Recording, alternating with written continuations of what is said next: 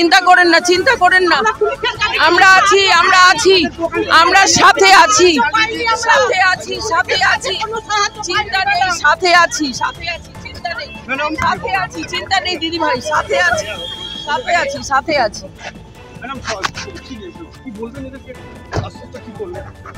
এখানে কিভাবে permanent security system করা যায় তার জন্য আমরা চেষ্টা করছি। মাননীয় স্বরাষ্ট্রমন্ত্রী নিজে দেখছেন বিষয়টা এবং আমরা রিপোর্ট সাবমিট করব।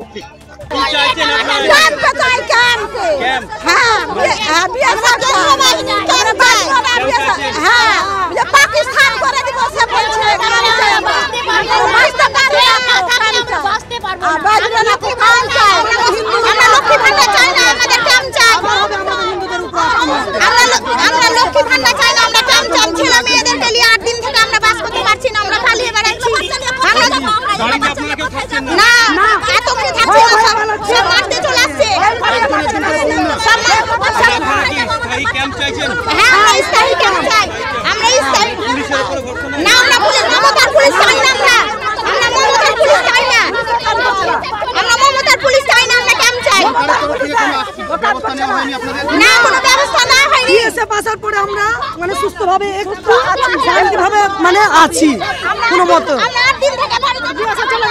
বিএসএফ চলে গেলে আমাদের হুমকি দিচ্ছে আবার আমরা আসবো। কি কদিন কদিন বিএসএফ থাকবে বলছে, কদিন বিএসএফ থাকবে, তারপর আমরা আবার হামলা করবো। আপনারা তো কি করছিস কর তোরা, এই ভাবছে বলছে। মানুষের কাপড় ধরে টানাটানি, মেয়েদেরকে শান্তি ছাড়িয়ে দেবো না, কোনো হিন্দুকে টিকতে দিব না আমাদের জুলিয়ানে। পুলিশ আসেনি, কোনো পুলিশ আসেনি, মেয়েদের আমাদের রক্ষা আমরাই করেছি, কিন্তু পুলিশ আসেনি। বিএসএফ আসার পরে একটু শ্বাস নিতে পেরেছি আমরা, কোনো মতে আমরা শ্বাস নিতে পেরেছি। বিএসএফ না থাকলে আমাদেরকে আবার অ্যাটাক করবে। আমরা বিএসএফ ক্যাম্প চাই, আমরা এখানে বিএসএফ ক্যাম্প ছাড়া আমরা বাঁচবো না।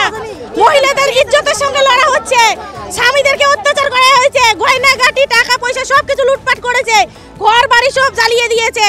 আমরা মমতা দিদির পুলিশ চাই না, আমরা বিএসএফ ক্যাম্প চাই। আমরা এতক্ষণ আটকে আছি, এখনো আটকে আছি, আমরা বিএসএফ ক্যাম্প চাই।